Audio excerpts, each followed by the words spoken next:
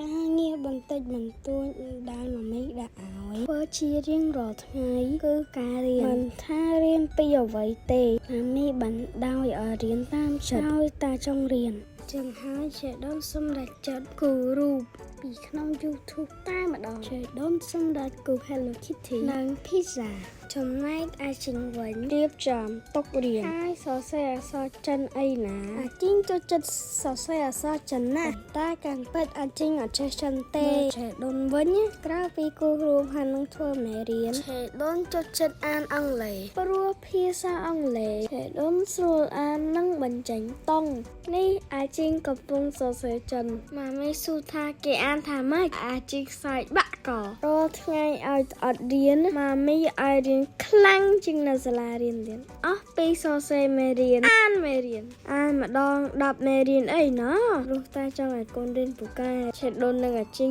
ពឺតយកមក